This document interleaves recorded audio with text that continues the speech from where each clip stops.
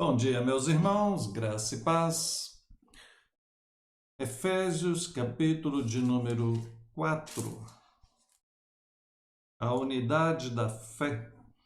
Rogo-vos, pois, eu, o prisioneiro no Senhor, que andeis de modo digno da vocação a que fostes chamados.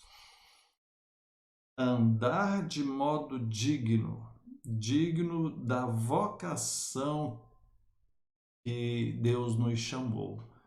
Nos chamou para sermos cristãos, seguidores, discípulos de Cristo, a vocação de ser sal e luz nesse mundo, de sermos santos e separados, um povo fiel, propriedade exclusiva de Deus. Então precisamos andar de modo digno. O que significa isso? É viver de maneira correta com o Evangelho. Porque se o Evangelho diz algo, se Jesus ensina algo e nós vivemos de maneira diferente, isso acaba se tornando uma hipocrisia, não? Então é viver aquilo que se prega, é viver o que está nas Escrituras.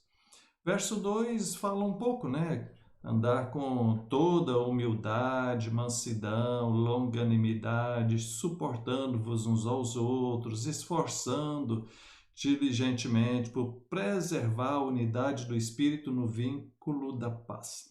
Comentar sobre esse verso 3, eu acho uma questão tão importante. Esforçar para preservar a unidade do Espírito no vínculo da paz.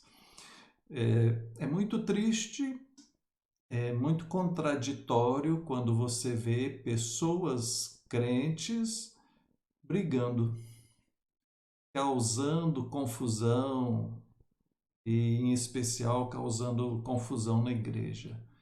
Eu sinceramente, eu fico assustado, eu fico sem entender quando eu vejo situações desse jeito. Porque nós, como discípulos do Senhor, como crentes, pessoas tementes a Deus, deveríamos agir como Jesus, né? Então, é totalmente contraditório você pensar num crente que está arrumando confusão no meio da igreja, quebrando o vínculo da paz. A igreja está em paz, as coisas estão caminhando e aí de repente alguém começa a causar problema. É totalmente contrário às escrituras.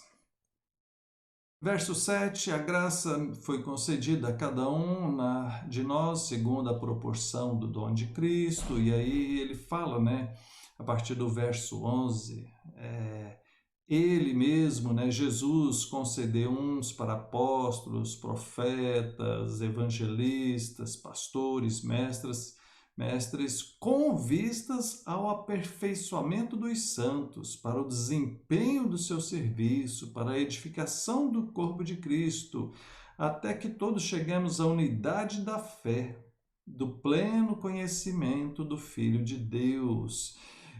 Deus, né, o próprio Senhor Jesus, estabeleceu a sua igreja e concedeu dons a determinadas pessoas para o bem de todos, para o bem da sua igreja, para que todos possam crescer, para que todos possam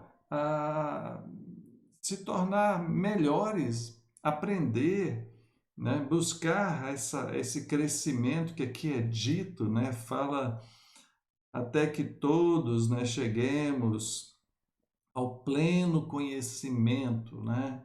A estatura da plenitude de Cristo, para não sermos mais como meninos, agitados de um lado para o outro, levados por qualquer doutrina, enganado pela astúcia das pessoas. Como é importante, né? O Senhor Jesus preparou a sua igreja, preparou pessoas para nos ajudar. Então, todos nós vamos aprender.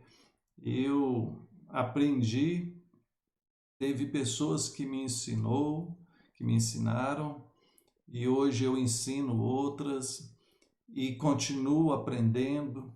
Ainda tem pessoas com as quais eu aprendo e aprendo muito e vou ensinando novamente. E é assim que o Senhor vai agindo, né?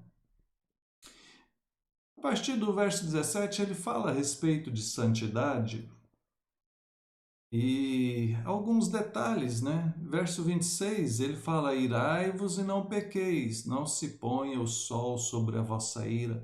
A ira, o ódio, a raiva pode quebrar a santidade porque nos leva ao pecado, né? Ele fala assim: olha, não deis lugar ao diabo. É um versículo tão pequenininho, o verso 27. Nem deis lugar ao diabo. O que significa dar ao lugar ao diabo? É pecar. O pecado é essa brecha, é essa oportunidade do diabo atacar. É quando a pessoa, pelo ato do pecado, quebra sua comunhão com Deus, está numa situação de desobediência e, por conta disso, se torna presa fácil para o diabo. Aí ele fala, olha, verso 28, quem furtava não furte mais, verso 29, não saia da vossa boca palavra torpe, né, somente, mas ao invés de palavra torpe é para falar só aquilo que for para edificação. Né? Cuidado com o linguajar, cuidado com o que você fala. Tem muita gente maldizendo, falando coisas horríveis, feias, que não corresponde com o Evangelho, né? Quando ele fala lá no primeiro versículo que nós lemos, né, do capítulo 4, andeis de modo digno, né, do Evangelho, poderíamos dizer o mesmo, falar, né, do modo digno do Evangelho. Então, cuidado com o linguajar. E por fim, verso 30, não entristeçais o Espírito de Deus no qual fostes selados. Como se entristece o Espírito Santo? Da mesma forma, com o pecado. É o pecado que entristece, é o pecado que quebra a comunhão, é o pecado que é uma afronta, uma desobediência contra o Senhor. Então, por isso que ele está exortando, né, a uma vida santa, reta, diante do Senhor. Que Deus te abençoe. Oremos. Pai, bendito seja o Senhor, perdoa nossos pecados em nome de Jesus e que o teu Espírito se agrade de nós. Em nome de Jesus. Amém. Deus te abençoe e até mais.